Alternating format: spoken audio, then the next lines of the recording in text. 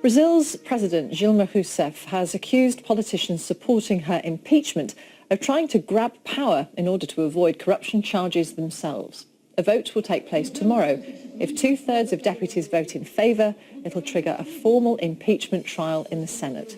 The president alleges that she illegally manipulated government accounts to conceal a growing deficit. With us now is BBC Brazil's Costa.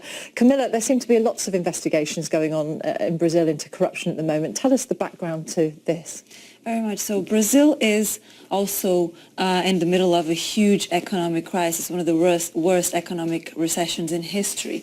That also has damaged the reputation of President Dilma Rousseff and has damaged her government's popularity. Now, in the middle of all of this, there's a big corruption investigation going on.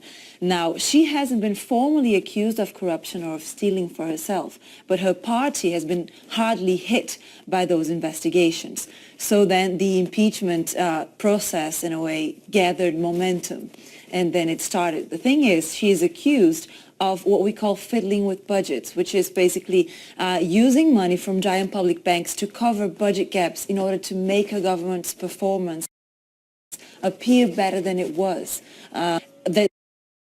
Those are obviously serious things, but are they in crime or strong enough to impeach a president? The debate right now in Brazil. Support does she have? Her popularity is currently very low, and polls about 10% of Brazil only support her. On the other hand, the government and the forces of the Worker Party have been able to gather a lot more support in the streets, talking about the fear that a new government is composed of people even more corrupt, actually, which in case is her vice president and the two leaders of the houses of Congress who have been implicated in corruption accusations as well.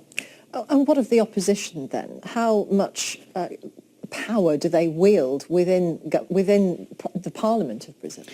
We're talking mainly here about PMDB, which is Brazil's largest party, and it used to be the main party in the government's coalition. They've recently left the government, and the vice president is from PMDB, and so are both of the leaders of the houses. They have the majority in both houses, so it is a lot of power.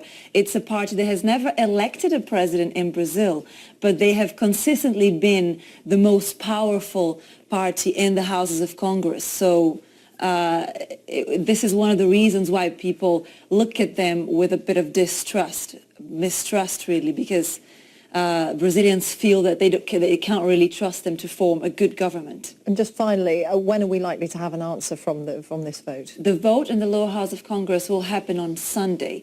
If the lower house approves moving forward with the proceedings, then it goes to the Senate. If Senate confirms that, then the president could be suspended, and the Senate has up to 180 days to try her.